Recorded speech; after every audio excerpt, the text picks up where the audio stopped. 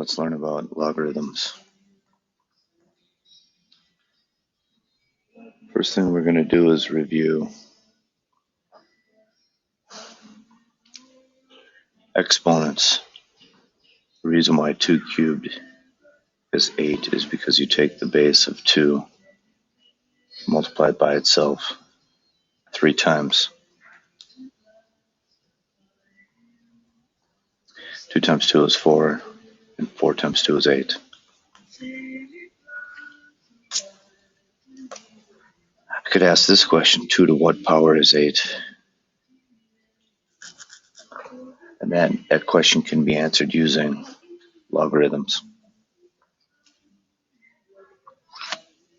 The answer is 3. On the next page, we're going to explore some of the difference between writing something as an exponent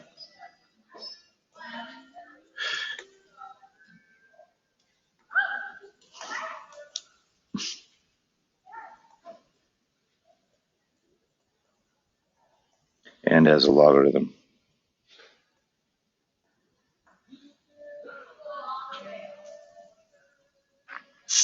So the statement 2 cubed is 8 could be rewritten as log base 2 of 8 is 3. Again, it helps you identify the missing exponent. So as a for instance, I think we know that 4 to the power of 2 is 16. Right now we'll just say we're not sure what it is. If I rewrite this using logarithms, the base here is 4, so my base here is 4.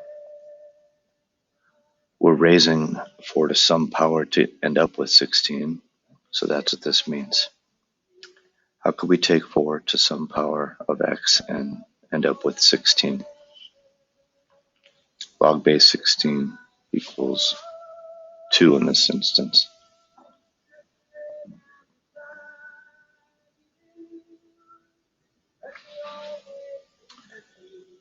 Two to the fifth is 32. So hence log base 2 of 32 is 5.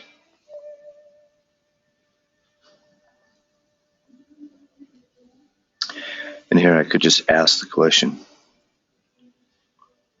what is log base 10 of 1,000?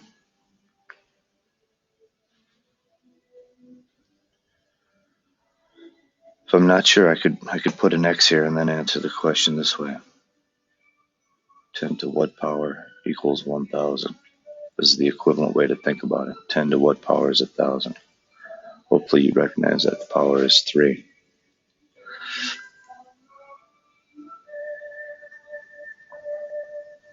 Some of what we're going to do today is be given log questions. They have to identify the base.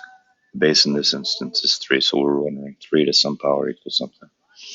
And hopefully they give us some fairly common ones. You should know that 3 cubed is 27. You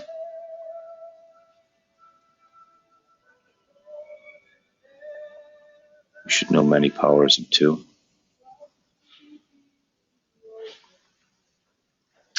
So if this is the only thing they give you, you may have to ask yourself, okay, 2 to what power is 1,024, and list off powers of 2.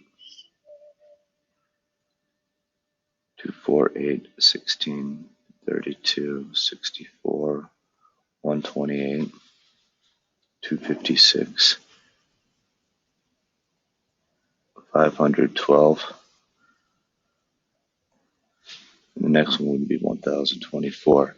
And then count how many it took. 1, 2, 3, 4, 5, 6, 7, 8, 9, 10. The answer here is 10. Like I said, they have to identify the base. It must be identified. Except when they don't. So in this instance, they just gave us it's seemingly unknown base. When they don't explicitly state the base, like here is 3 and there is 2, if they don't identify it, you can assume it's a common base of 10. So now 10 to what power is 100? That's 2. Again, I'll give you a common base where the base is not known. or not explicitly identified. This time we'll do 1 million.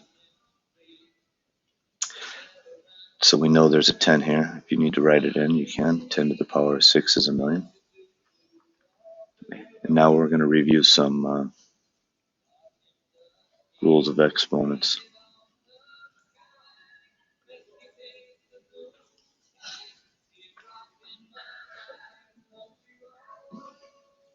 It says 2 to what power is a half? There is an exponent. Remember, you think to yourself, this is what you're thinking. 2 to what power is half? That's how you identify that question. And that's a negative exponent, -1. Log base 2 of a fourth. Again, this time you think to yourself, 2 to what power is fourth? Well, as a reminder, 2 to the power of 2 is 4, and 2 to the power of -1 is 1/2. So it's that -2 that gives you 1/4.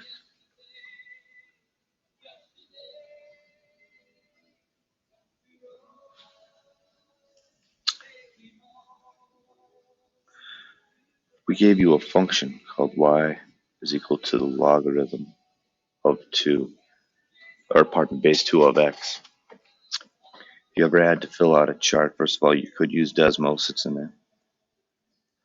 What I would do is not just come up with random x values, I'd put intelligent x values in here, meaning logical powers of 2. 2 and 4 and 8, 16, and then maybe 1 and 1/2 and 1/4. So now what you're doing is you're going to take this 4 and substitute it briefly, temporarily in for x. Think to yourself, 2 to what power is 4? So that's 2 to the power of 2. For 8, it's 2 to what power is 8? 2 to what power is 16? 2 to what power is 2, and so on and so forth. 2 to what power is 1? 2 to what power is the reciprocal of 2? So now, having used intelligent, so to speak, x values, we got real nice y values. This function, you'll notice, has no negative x values. In fact, if I tried to say 2 to the what power is -2, I'm going to struggle with that. This is not a defined value. It's undefined. I don't think I can raise that 2 to any power to end up with 0 as well. So what you end up having is a graph with very little negative x values. You do have some negative y values and you do have some positive y values. And the graph would look like such. I guess I'd like to start with this point. 1, 0 is about here.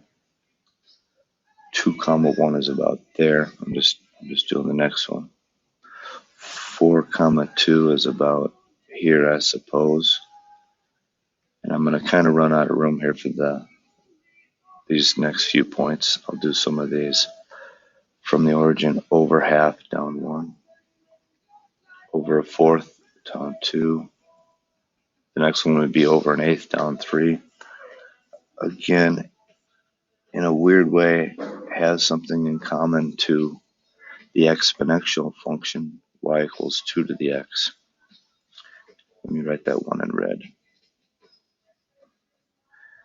That function, if I were to extend this, don't forget, is a exponential growth function and would look like this. I don't know if it's obvious, but it's both these curves have mirror symmetry, reflectional symmetry. If that were the mirror, the line y equals 1x plus 0, or just y equals x. Back to the domain of the log function. It has no negative x values. It has no x value of 0. All your x values are greater than 0. The range of this function, there's some negative y values and some positive y values. So this is actually all real numbers. This is kind of a flipped concept to the domain range of the exponential function.